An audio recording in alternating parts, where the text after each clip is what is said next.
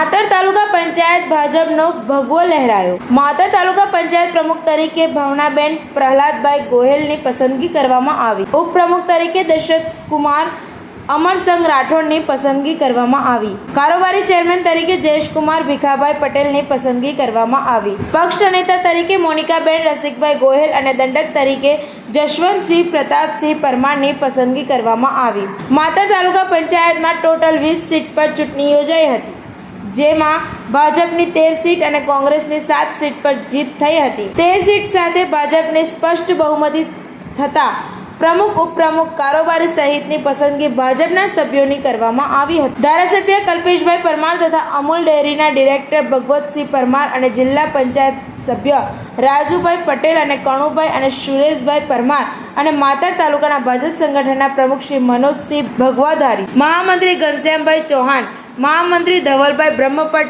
તથા ભાજપના કાર્યકરોએ ઉપપ્રમુખ અને કારોબારી ચેરમેનને અભિનંદન પાઠવ્યા હતા। ટીવી 18 ન્યૂઝ નેટવર્ક સાથે રિપોર્ટર મોહમ્મદ ખાન પઠાણ, માતર।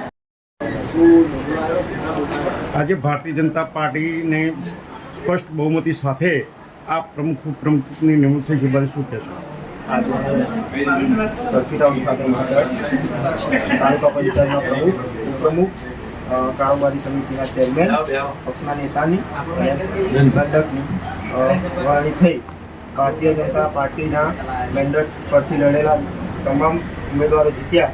મતલબ પાર્ટીના મેન્ડેટ પરથી પ્રમુખ ઉપપ્રમુખનું નામ જેનું આવ્યું એના દરેક સભ્યોએ વધાવી લીધા અને એમને પ્રમુખ ઉપપ્રમુખ તરીકે ચૂંટી લાવ્યા। મનોજસિંહ, આજ ભારતીય જનતા પાર્ટીમાં ઉપપ્રમુખ અને પ્રમુખની ચૂંટણી થઈ, એને આગળ શું કહેવા માગશો? આજે ભારતીય જનતા પાર્ટીની સ્પષ્ટ બહુમતી સાથે માતર તાલુકા પંચાયત બની છે અને માતરમાં ભારતીય જનતા પાર્ટીનો ભગવો લહેરાયો છે। તેનો સ્પષ્ટ જઈ આપણે જે નાનામાં નાના કાર્યકર્તા, બૂથમાં કામ કરતા બૂથ પ્રમુખ અને નાના નાના કાર્યકર્તાએ જે અથાગ મહેનત કરી છે તેનું આ પરિણામ છે।